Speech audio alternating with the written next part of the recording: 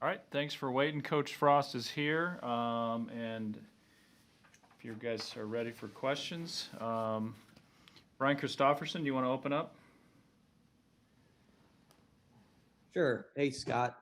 Thanks for doing this. Do you know what your plan is at QB going into the week, or is that something that we'll have to develop through the days ahead? It's going to have to develop, Brian. We had a lot of kids played well, a lot of young kids that are, I think, ready to play, and I think our team understands that we're going to compete and let them compete on the practice field and play the guy that practices the best and gives us the best chance to win. So there's a bunch of positions that'll be that way this week, including quarterback. How do you think Luke responded going in there in the fourth quarter, and how have you seen Adrian respond since then, going back to practice today? Those are both great human beings and really good football players. We trust them both. We rely on both. They'll both handle the situation well, and I hope they come to compete. Parker Gabriel, Lincoln Journal-Star. Hey Scott, with Adrian in particular, I know it's never just one thing, but 12 of 27 passing the ball. What did you see just from an efficiency standpoint there, and what in your mind needs to get better to be more efficient throwing the ball? I talked to him about it. I think there just needs to be some decisions that are made a little quicker and more efficiently, and then a few balls that were just errant or out of bounds that needed to be put on the money. But for the most part, I think it's just processing information quickly, getting the ball out on time where it's supposed to go at a better clip, and just eliminating the plays that are killing us on drives, and just a couple plays here and there that'll kill you in a game. And one quick follow-up to that, if I might, just overall, what do you think of the tempo that you've played with offensively so far, and how much does the quarterback determine the tempo that you can play at offensively? Yeah, some of the tempo is the quarterback. Some of it is our decision to do that or not. I was impressed and pleased with how our defense has progressed these first two games, and part of the reason we haven't gone light speed around here is we didn't want to leave the defense on the field that long. I'm really impressed and happy with how they're coming along. That'll free us up to potentially get a little more aggressive with tempo and offense. Omaha World Herald, Evan Bland. Hey, Scott, when you look back on the offensive penalties from Saturday, particularly along the line, to what do you attribute those, and were you surprised at how damaging each one proved to be for that given drive? Yeah, I've said this a bunch, but our margin of error isn't big enough right now to overcome those things. That was the emphasis all week in our message to the guys, what we emphasized in practice, and we still had too many. There's been too many drives where we start 1st and 15 because we jump off sides. They were shifting up front. That cost us a couple. Our guys got jumpy and moved when they yelled shift and moved. But that's a focus thing, and that's a discipline thing, and you just, as an entire football program, we got to get that fixed. Jake Bartecki, KRNU. Scott, looking ahead to this week with Penn State, how much do you know about how Penn State plays football, and how well do you know James Franklin as a coach and as a person? I know him really well as a person. My first job was at Kansas State in 2006. He was the offensive coordinator. I was the defensive GA. So he and I are friends. I haven't watched him very much on tape going back just because we haven't played them. Man, they're a really talented football team. You look at their defensive guys and just the length and speed they have everywhere. They've had kind of some unfortunate things happen to them here at the beginning of the year. I know they weren't expecting to be where they are, but it's a really, really good team, really talented team we have coming in here. So would you say you think they're better than what their record shows to this point? Oh, I don't think there's any doubt. You watch the first game and give credit to Indiana, but Penn State pretty much dominated most of that game and just didn't come out on top. Thought they battled with a really good Ohio State team and just had some unfortunate things happen to them in the Maryland game. But I'm sure they're going to be hungry for us. Sam McEwen, Omaha World Herald. Hey, Scott, how did you think Luke played in the last 2 drives of that game on Saturday? Well, Luke came in and did a good job. We had a play on 1st and goal at the 2 that we made a mistake on. He kind of got us in the wrong thing. That's a first game thing. Obviously, the interception is unfortunate. It's got to be a high ball, high and inside. So there's a couple mistakes, but Luke's personality in general, he's a spark plug. He's just got energy that exudes out of him, and I think people rally to that.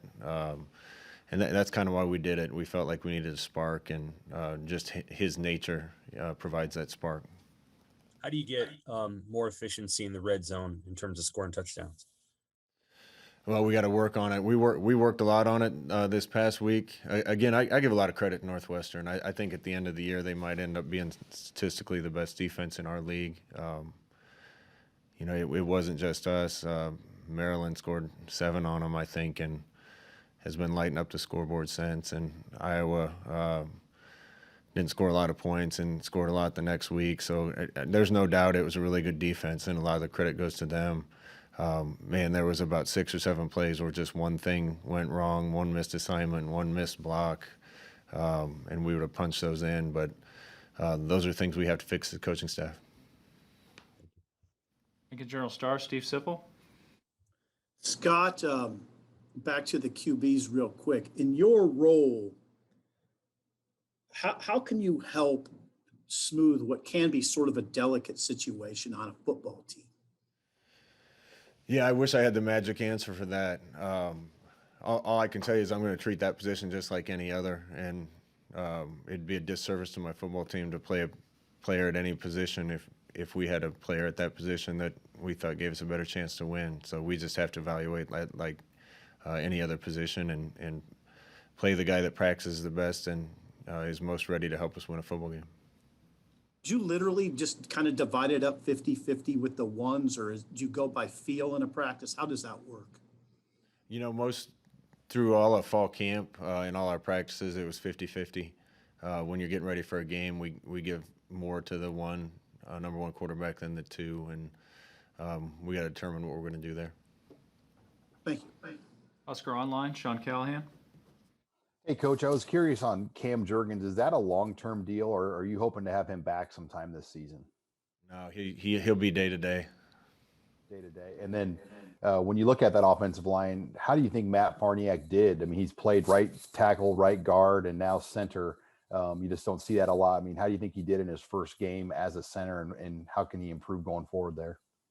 Yeah, I thought Matt played one of his best games as a Husker. I think Matt was our best offensive lineman in that game. It's a credit to him that he's able to do all those things. He's a team captain for a reason, and I'm sure he'll be ready to play whatever role we ask him this week. Adam Kruger, KM3. Coach, how did your freshman wideouts grade out, particularly Xavier Betts and Marcus Fleming, and what does Omar Manning need to do to get more reps on Saturdays? I thought those guys played well. There's a couple mistakes here and there, but, just looking at the film, honestly, there's no doubt with those guys on the field that they help us stretch the field more. We just got to keep bringing those guys along, and for all of them, it's a matter of getting practices under their belt. I mentioned this, but they've all, for different reasons, missed part of our preparation up to this point. Now they're all up and going, so we're going to fast track and see how fast they can pick everything up, and again, evaluate the practice and play the guys that we think give us the best chance. But all those guys are coming along, and we're anxious to have them know the whole system so we can get them out there. Kevin Suits. Go ahead, Kevin. Coach, talking to the players, you can get a sense that they have a sense of urgency right now, and their confidence is being tested. What is your message to the team right now? Well, I think they realize that's the situation they're in. Sooner or later, the scoreboard is going to show it. There's no doubt in my mind how much progress we've made. We just need to turn it into wins. And that game Saturday was as frustrating a one as I've had here because we had opportunities to be in control of that game. We could have won the game, maybe even should have won the game. That wasn't like playing some other games where I felt we were just outmatched talent-wise. We weren't in that game, and the guys are impatient, just like I'm impatient to get this changed. And I keep saying it, but once it turns, it's going to turn in a big way, and we need to have that happen soon. Mitch Sherman, The Athletic. Scott, defensively, what are you most pleased with that you've seen through 2 games? Probably starts up front. We played Northwestern, I think, was leading the league in rushing going into our game, and Ohio State's probably one of the best teams in the country, and I didn't think we got pushed around up front in either game. The very least held our own. We're starting to get more speed on the back end and getting linebackers to plays, getting the secondary to plays. Haven't been a lot of busts where we're just giving guys easy things that have happened in the past. Haven't been any loafs where guys aren't giving effort. So we keep doing those things, and our defense is good enough right now to help us win games or keep us in games, and we need the offense to put up points that correlate with the number of first downs and yards we're getting. KLKN, Andrew Ward. Hey, Scott, you kind of touched upon this with the players, but you took a lot of the blame on yourself on Saturday. How much pressure are you putting on yourself, to kind of turn this thing around here quickly? Too much. I'm always going to point my thumb at myself and not the finger at someone else. State of Nebraska means so much to me. This program is everything. This is my life right now, and doing everything I can to get this where everybody wants it as fast as possible.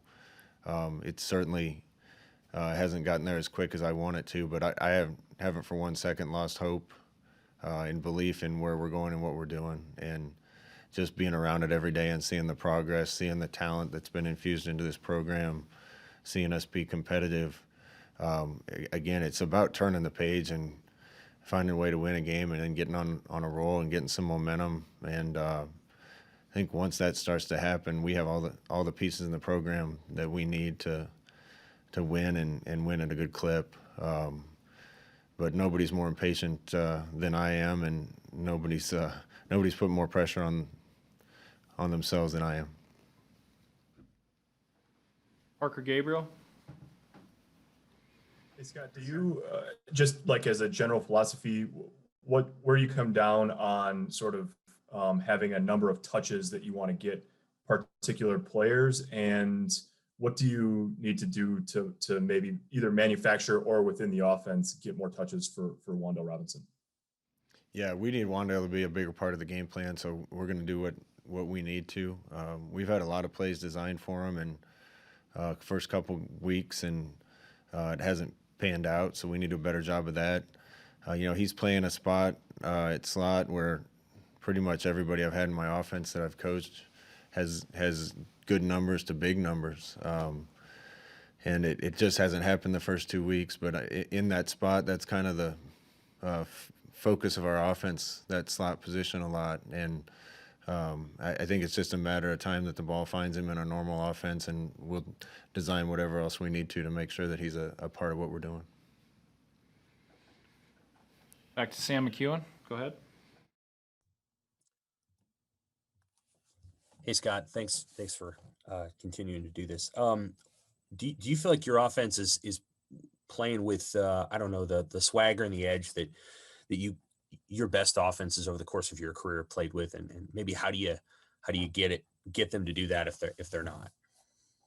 Not yet, and there's no reason that this group shouldn't. Part of that is what I'm saying about the whole team. We got to have a little more success. Let that lead to confidence. Let that lead to more success. Let that lead to more confidence. And in both our first games, we moved the ball well enough that if we capitalize, we get some things rolling, and it's easier to move a rock downhill than uphill. And we got to finish drives. And one thing, Sam, we need to we need to make some more big plays, some more explosive plays. Too many of our explosive plays have come from quarterback runs, and we need to create some runs with the running backs. We need to create some plays downfield. It's hard to sustain and make 12-play drives go because one thing can go wrong or the defense can make a play. So we got to create some more big plays. We got the guys in the program now that I think are capable of doing that, and we just need some good things to happen to get that momentum and get rolling. Was it you that kind of made the call late in the game to put Marcus Fleming and Xavier Betts on the field and say, hey, let's roll with those guys and see if they can help us get down the field? No, that was the plan all along. The issue was, and that kind of hurt our tempo a little bit. I don't think they were probably ready to run every play in our game plan. So then it came down to, running certain plays with certain guys on the field and certain plays with certain other guys on the field. And we're going to be a really good team when all our guys are capable of running the whole thing. Then we don't have to substitute. We can have the best guys on the field all the time, whoever that is. But again, just because of some factors, those guys aren't quite, in our opinion, ready to digest and handle the whole game plan yet. And we're working to get there. Time for two more for Coach. Sean Callahan, Husker Online. Hey, Coach, can you just assess your running back situation? Were Ronald Tompkins and Ramir available, and what have you seen from Marvin Scott to kind of put him in that role? And obviously, what do you guys need to get out of Diedrich here going forward? Yeah, Ronald had missed a few practices, and so he wasn't available in the game really to us. Marvin's done, we talk about competition at the position, and we thought going into that game that Ronald had probably practiced, that Marvin had probably practiced the best, and we rewarded him. And I was impressed with him in his first few carries. He ran the ball hard, did a good job on some plays away from the ball, and that's going to continue to be a competition. Okay, and looks like last one for Coach Steve Sipple, Lincoln Journal-Star. Yeah, here's one. Is this a home field advantage? Do you get a home field advantage? Is this a home field advantage game, Scott? Yeah, but probably not like normal. Gosh, it'd be nice to have our fans in there and creating a bigger advantage for us. It's always easier to play where you're familiar and not travel and do all those things, but certainly not the same as having Husker faithful in there and a sea of red and giving us enthusiasm and noise. So not a normal home field advantage in my opinion, but just crazy that we're well into November and going to play our first home game. So we're just anxious to be in Memorial Stadium. Did you feel like your energy was good? Your team's energy was good on the sidelines? You gauge that at all in your position? I thought it was good. Maybe not quite where I want it yet. But again, success kind of breeds enthusiasm, and enthusiasm breeds success. And